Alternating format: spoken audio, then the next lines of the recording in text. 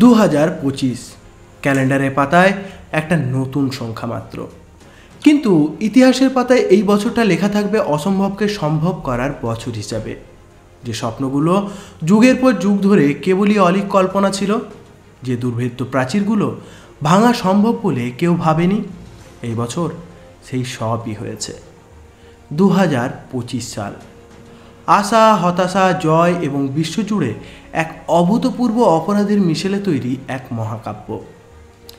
নমস্কার, আপনারা দেখছেন ভবঘুরে, আর আমি পাপ্পু রয়েছি আপনাদের সঙ্গে।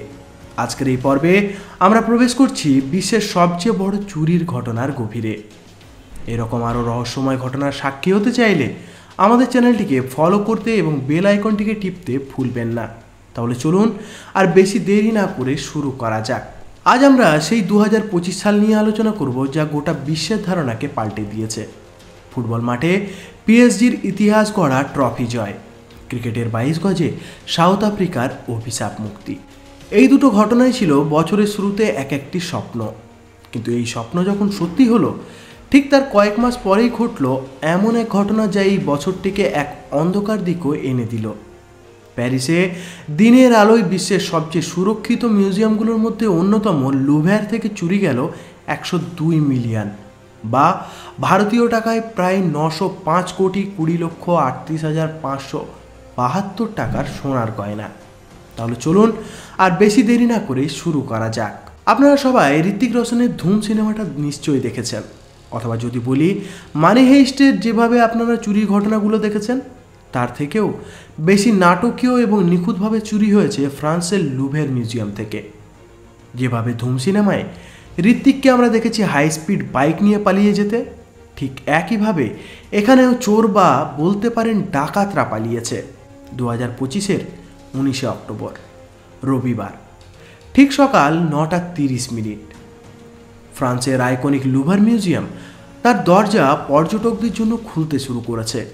হাজার হাজার মানুষ মোনালিসার এক ঝলক দেখতে ভিড় করেছেন।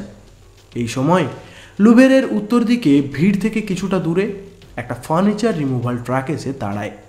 এই ট্রাকটি ছিল চুরির মাস্টার কি। ভেতরে লুকিয়ে ছিল এক জার্মান কোম্পানির তৈরি শক্তিশালী, দ্রুত এবং প্রায় শব্দহীন হাইড্রোলিক লিফটিং ডিভাইস। বাইরে থেকে দেখে মনে হচ্ছিল যেন মিউজিয়ামে কোনো নির্মাণ কাজ চলছে।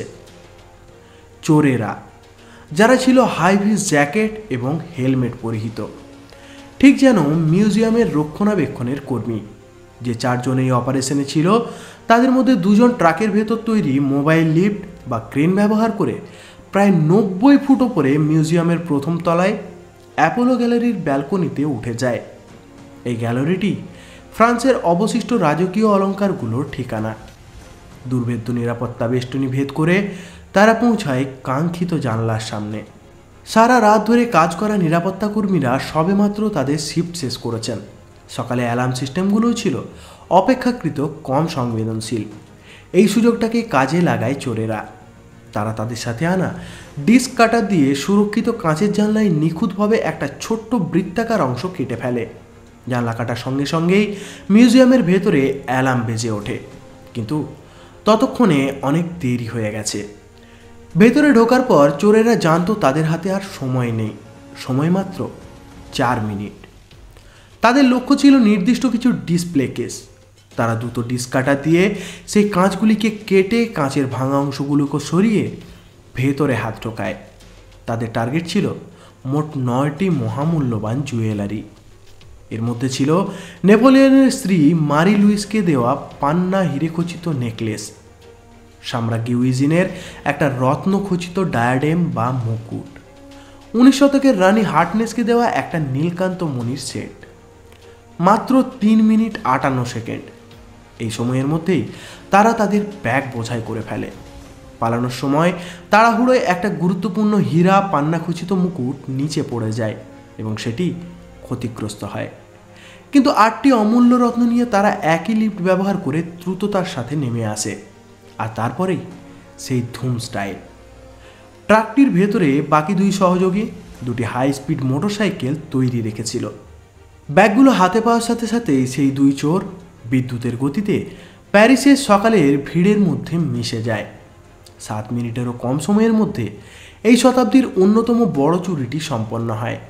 নিরাপত্তা কর্মীরা যখন অ্যাপোলো গ্যালারিতে পৌঁছান তখন সেখানে পড়ে আছে শুধু ভাঙা কাঁচ, ডিসপ্লে কেসের ক্ষতিগ্রস্ত অংশ আর হাওয়ায় মিলিয়ে যাওয়া 102 মিলিয়ন বা 905 কোটিরও বেশি মূল্যের ঐতিহাসিক সম্পদ।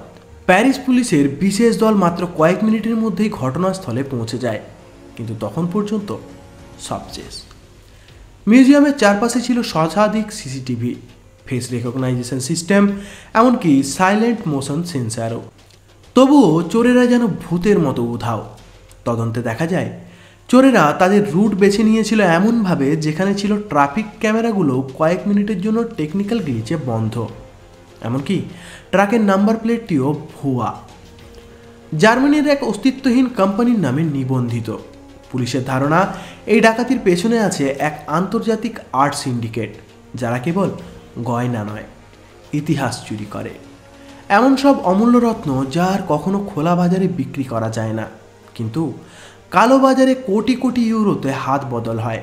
তবে সবচেয়ে অবাক করা ব্যাপার হলো চুরির পরের দিনই লুভার মিউজিয়ামের সিকিউরিটি সার্ভারে এক হ্যাকিং প্রচেষ্টার প্রমাণ মেলে। কেউ যেন ইচ্ছাকৃতভাবে কিছু ফুটেজ মুছে দিয়েছিল। তাহলে কি এই চুরির পেছনে ছিল ইনসাইডার ইনভলভমেন্ট, নাকি কোনো বড় শক্তি যে চায় এই সম্পদ কখনো আর মানুষের সামনে না আসে? আজ অবধি সেই 8টি জুয়েলারির কোনো হদিস পাওয়া যায়নি। ইউরোপের বিভিন্ন দেশে শত শত তল্লাশি, ইন্টারপোলে জারি করা রেড অ্যালার্ট, সবই ব্যর্থ। লুভ্রের ইতিহাসে এর আগেও চুরি হয়েছে মোনালিসা, কিন্তু 2025-এর এই চুরি যেন এক নতুন যুগের সূচনা করল। এক যুগ যেখানে প্রযুক্তি যত উন্নত হচ্ছে, অপরাধও ততই নিখুঁত হচ্ছে। বন্ধুরা, এখন প্রশ্নটা আপনাদের জন্য। আপনারা কি মনে করেন, এই চুরির পেছনে কি শুধুই একদল পেশাদার চোর ছিল, নাকি কোনো রাষ্ট্র বা গোপন সংস্থা? কমেন্টে লিখে আপনাদের মতামত জানাবেন।